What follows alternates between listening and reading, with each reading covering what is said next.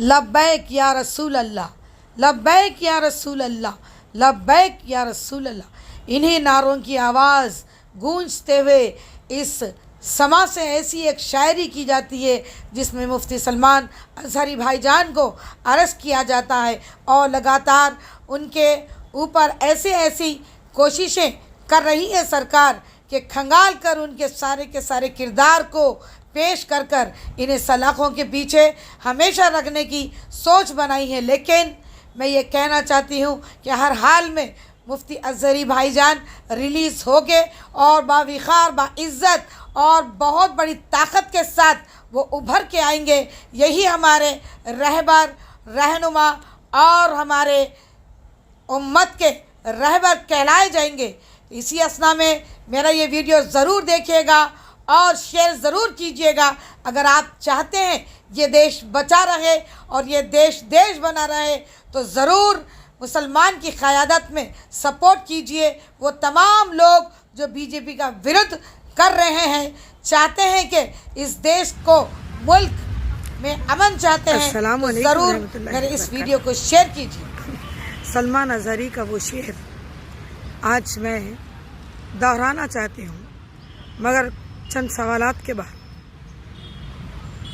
इस देश से मैं सवाल करना चाहती हूँ,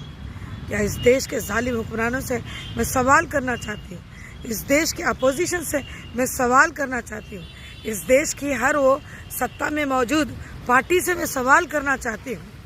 अगर आप सत्ता हासिल करना चाहते हैं तो उसके पीछे आपका मकसद क्या होता है? इस देश के प्राइम मिनिस्टर मोदी से मैं सवाल करना चाहती हूँ, इस देश के हर उस राज्य के मुख्यमंत्री से मैं सवाल करना चाहती हूँ।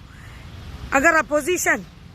जब आवाज़ उठाता है तो उसको लोकतंत्र का नाम दिया जाता है। वैसे भी आज हिंदुस्तान में डेमोक्रेसी पल पल मर रही है, सवाल उठाने वाला कोई नहीं है। और कोई जब सवाल उठाता है हमारे देश में तो उसको भले ही कई नामों से पुकारा जाता है, लेकिन आवाज़ों को दबाने की कोशिश की जा रही है और अब अपोजिशन लगातार लड़ते जा रहा है। मगर बड़े दुख की बात यह है कि अपोजिशन एक होकर भी एक नहीं है।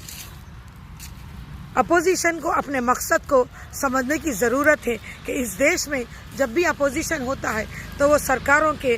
कुनीतियों के ख़िलाफ़ या जुल्म के ख़िलाफ़ और उनके अत्याचारों के ख़िलाफ़ आवाज़ उठाता है। लेकिन सवाल ये है कि आज देश में एक मुस्लिम स्कॉलर, एक इस्लामिक स्कॉलर जिसका नाम मुफ्ती सलमान अज़हरी है, उनके कई ऐसे बयानात को आज खंगाला जा रहा है और खंगाल कर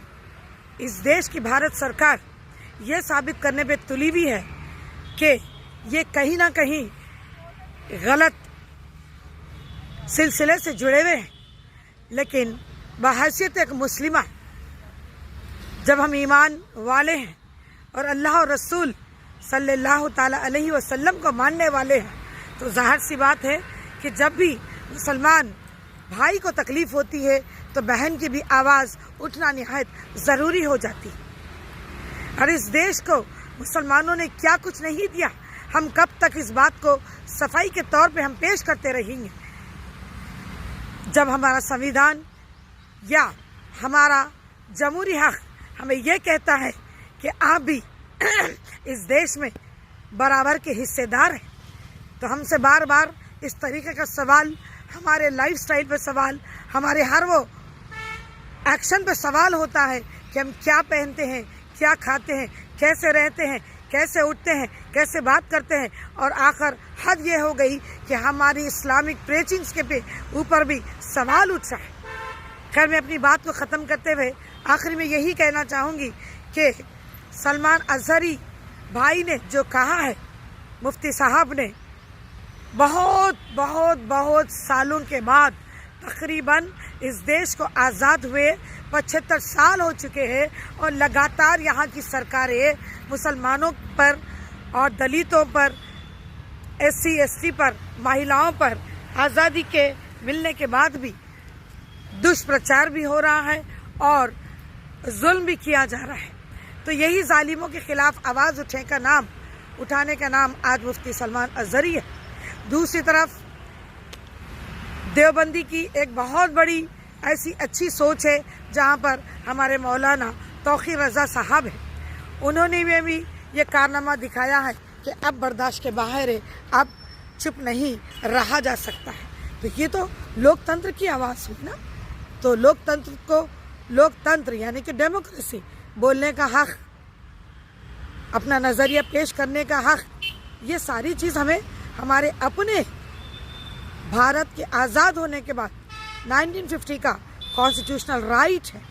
اس رائٹ کے تحت جو آرٹیکل 19 ہے یعنی کہ 19 ہے، وہ پیسفل پروٹیسٹ کا بھرپور فائدہ اٹھانے کی بات رکھتا ہے ہر اس ناگرک کے لیے جو اس دیش میں پیدا ہوا ہے، اور ہر ناگرک کی یہ ذمہ داری ہے کہ وہ اپنے دیش کو اس طریقے سے ظالمانہ سوچ رکھنے والے حکمرانوں کے خلاف آواز اٹھائے۔ سرکار جب چنی گئی ہے تو جنتا کے ذریعے چنی گئی ہے، تو جنتا کے اوپر جب بھی ظلم ہوتا ہے، اتیاچار ہوتا ہے، ناانصافی ہوتی ہے، اس کا حق کا پامال کیا جاتا ہے، تو ظاہر سی بات ہے کہ ہمیں آواز اٹھانے پڑتے ہیں۔ اسی نظریے سے سلمان اظہری صاحب بھی نے یہ آواز اٹھائی ہے، اور بہت ہی پیارے انداز میں ان سارے دشمنوں کو، ان سارے مخالفین کو، ان سارے مسلمانوں کے دشمنوں کو، اور ان سارے کے سارے اسلام کے دشمنوں کو بہت پیارے انداز میں وہ جواب دیتے ہیں کہ آج کتوں کا وقت ہے، ہمارا دور آئے گا، تو اس میں برائی کیا ہے؟ کون ہے کتا اس دیش میں؟ کون ہے کتا اس دیش میں جس کو بہت برا لگا اور خفیہ طور سے بڑی سازش کے تحت ان کو جیل بھیجنے کی تیاری کی گئی؟ آخر کار وہ جیل چلے گئے ہیں، اور ان کے اوپر لگاتار 1 2 3 ایسے مسئلے پیش آئے ہیں جہاں پر ان کی گرفتاری بار بار ہو رہی ہے، ریلیز بھی کی گئی ہے، پھر بار بار گرفتاری ہو رہی ہے، ایک جیل سے دوسرے جیل، ایک دیش سے دوسرے پردیش، تو یہ ہم دیکھ رہے ہیں۔ لیکن اللہ کا شکر ہے کہ میں سمجھتی ہوں کہ مفتی سلمان اظہری صاحب کے ساتھ اللہ کی رحمتیں ہیں، ان کی غیبی طاقت ضرور ہوگی، اور ہم صرف دعا کریں کہ انشاءاللہ تعالی وہ بہت یعنی کہ اطمینان کے ساتھ باہر آ جائے، اور ہماری دعائیں لگاتار ان کے لیے اٹھتی رہیں، اور اللہ سے ہماری مانگیں لگاتار جاری رکھیں کہ مفتی سلمان اظہری صاحب کو اللہ تعالیٰ حفاظت کے ساتھ اور بہت بڑی کامیابی کے ساتھ رہا کیا، اور ہمیں ڈرنے کی کوئی ضرورت نہیں ہے۔ جب اللہ